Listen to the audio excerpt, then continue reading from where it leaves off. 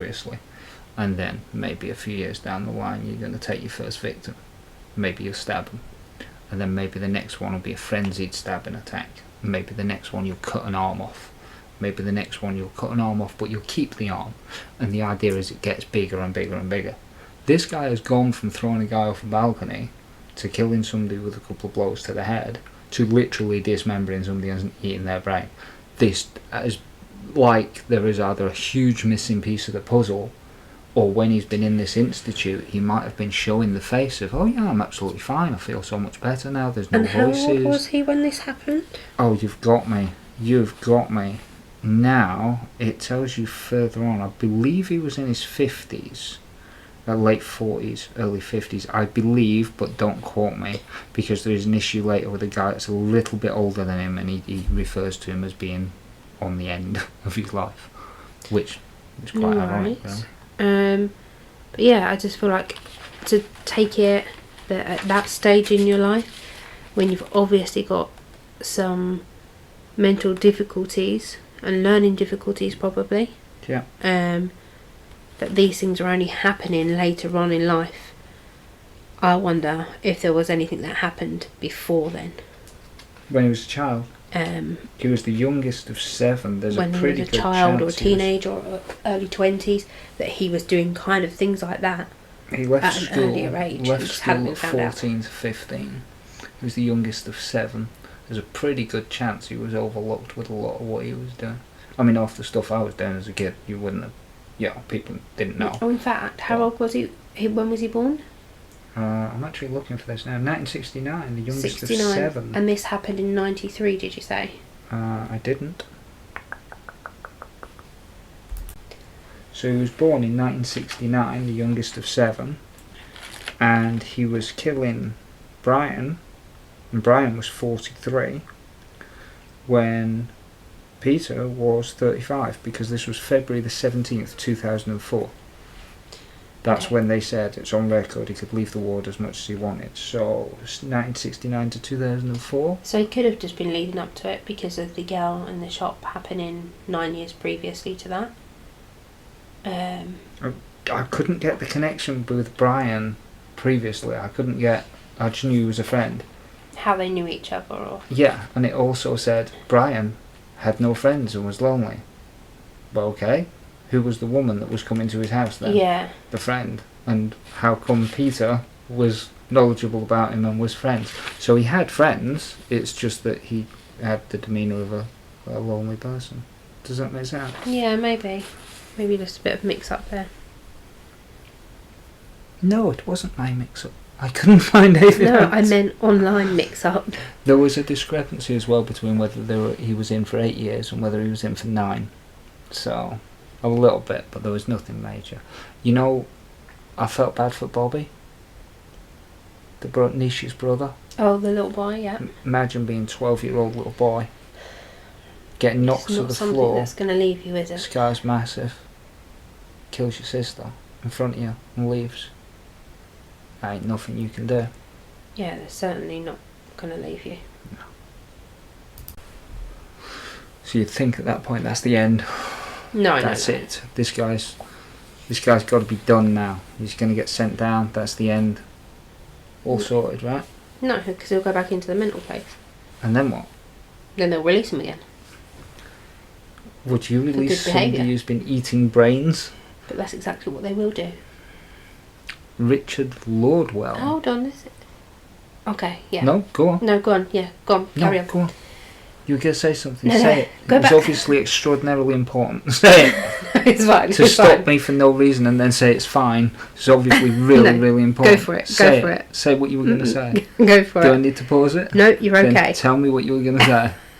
I was just going to say, am I going to get confused if we're jumping, or do I need to go back to... I can't tell you whether you're going to get confused or not. You might not. Richard Lordwell, we're not jumping. Okay. This is a different person. Yeah. Peter Bryan is the killer. Richard Lordwell is not. He's 60 years old, and he was awaiting trial for the murder of an 82-year-old woman. So Richard Lordwell has killed an 82-year-old woman. His waiting trial is 60 years old. Mm-hmm.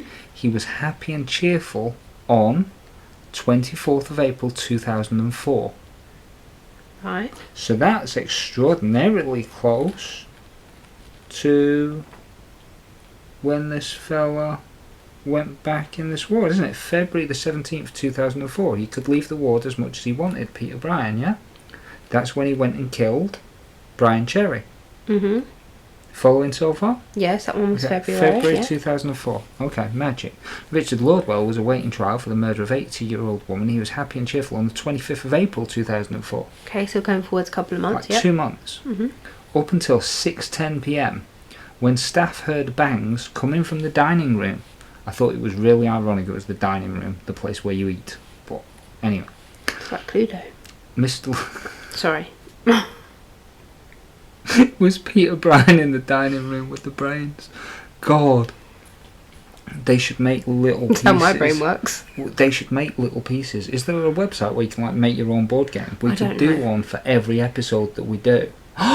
It was Wenzel in the caravan with Let's the get back kitchen to knife. this. Oh my God.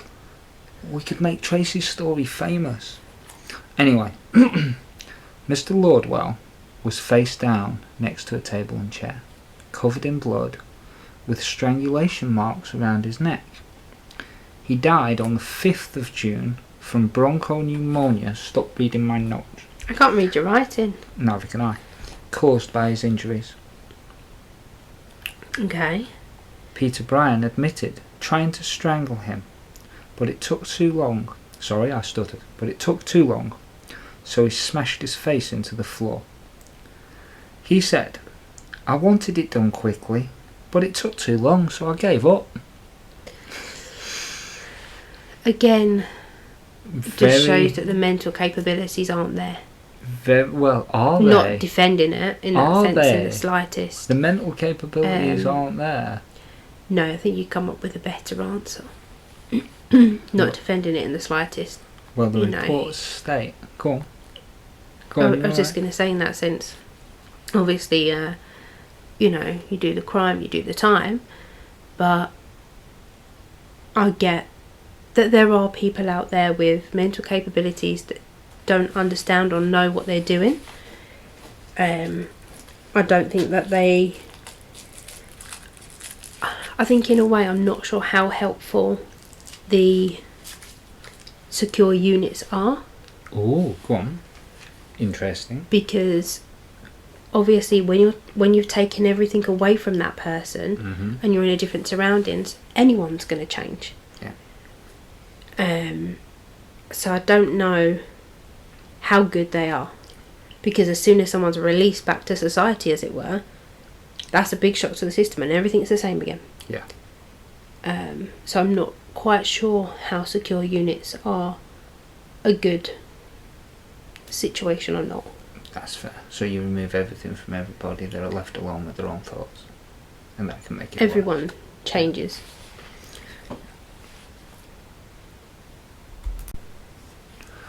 So there was 2 staff members in the other room and they ran through and they found him. Strangle marks around his neck. It was done by the cord of his trousers. hmm And he gave up after smashing his face into the floor and he didn't die on the Why spot. are they allowed cords on their trousers if they're in a secure unit? On the one time of many, I just sold it, it's out there.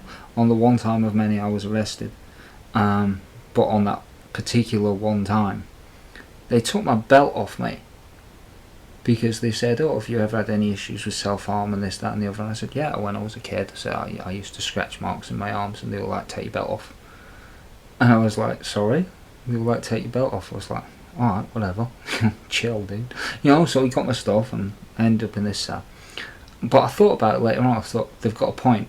It took a minute for it to click. Yeah, they do have But a I was point. like, it's got a big metal spike on it really, hasn't it, where you can put your belt through. Also, you could try and hang yourself or, you know, But we're whatever not even from it, talking so. just in the sense of being arrested. We know what these people are obviously capable of because they're in a secure unit. But then where'd you draw that line So- though? Where'd you draw that line? Can you have a pencil? Well, precisely. It depends on the individual. You That's know, why these secure units maybe are not necessarily the wisest of ideas. without being sort of too graphic, you can kill somebody we know equipment. Yeah, of course. So. He went on to say, this is all reported, I get these urges, you see. He's old and haggard. He's the bottom of the food chain. He's had his innings. He later said, I considered eating him raw, with no cooking equipment though, and no time. What's the desire? Just the soul again? Didn't say. I considered eating him raw, with no cooking equipment though, and no time. He sounded really remorseful. Didn't have a microwave on the side. I think, well, again, this shows that even in a secure unit, with someone that they know has those desires, is still allowed to mingle. And not like in the sense of solitary confinement. Yeah. So because you're arguing that he should be allowed interaction, he should be allowed communication, because you can't put him into solitary because you've said that would be worse for his mental health. It would become more dangerous for himself and other people. But you're also arguing that he shouldn't be out in the community because he's lethal, and he is. I'm not saying that being alone, I mean, don't get me wrong, obviously solitary confinement does change you mentally. Yeah. It's going to. Take Bronson. Yeah. Yeah. He just wanted a game of chess, bless him, you know. He's out soon. Or he's out now. I'm not sure. I was quite excited about that. I liked him.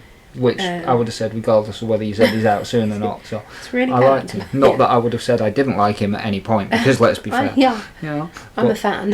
Yeah. I'm not one of these that goes, hey, favourite serial killer. But yeah, you know, sorry, and Bronson I did say obviously that, didn't I? and Bronson obviously wasn't. He's not killed anybody as far as I know, but he was pretty cool. Yeah. We liked him, and we liked the documentary. Yeah. And not as much as we liked his art. But anyway, you were saying about the pros and cons of solitary confinement. On the one hand, he should be allowed to intermingle with society, otherwise he's going to go crazy in his case, and on the other hand he shouldn't, because he's a danger to people. I think the point in more so in the sense that I was making, I'm not sure, I don't see a reason why he wasn't just put into a prison. Yeah, I do, because he's paranoid schizophrenic. And he's a cannibal. So we have medical facilities still in prisons. Prison hospitals, it then becomes something slightly different. Because one will jump automatically to, you're going in the hole, you're going in the solitary confinement, this is a prison. We will literally take care of your food and your very basic health. Whereas a prison hospital, their first protocol is sedate him. So there is a big difference. I can't speak for that here. I know obviously in every country it's different. But at the same time, I'm also like, regardless of mental health in that sense, they have done that crime. They're not doing the time because that mental health is then an excuse. This is hard for me because take away his schizophrenia. I wouldn't say I support the death penalty. I know we don't have it here, but there's a lot of discussion and debate about it online. But I would say I support it in a different way. I don't believe in this years on death row and chair and blah blah blah. So go into his crimes. We've got tried to throw a guy off balcony. Okay, no foul. We don't know what happened. Second one, he's killed this woman. I don't agree with it. It's wrong, but there could have been more implications and so on and so forth. There's one really bad event in his life. Okay. Then he's come out and he's killed this bloke and he's tried to eat his brain. At that point, take the dude outside, shoot him in the back of the head twice, that's it, game over. Forget about your death penalties and this, that and the other. You've got him committed. Forget about the schizophrenia and everything else. Pretend that he hasn't got any sort of mental condition, that he's just chose to do this to another human being. This guy's going to keep on killing. Get rid of him and be done with it. And there's so many people that say, it actually costs more money to do this. No, it doesn't. 2 rounds to the back of the head, bury the body, does not cost more money than keeping him alive in a cell with 24-hour watch and 3 meals a day and all his health taken care of. It doesn't. However, you add the paranoid schizophrenia into the mix. It is a real condition. It will push you to do some horrible things. Imagine living like Mama did with a scumbag, constantly putting her down. You're useless, you're no good, you haven't got a clue, you can't get up the road. A It's ridiculous. Kids don't even care about you. You've got no idea, have you? The amount of work that I do to carry your lazy arse day in, day out.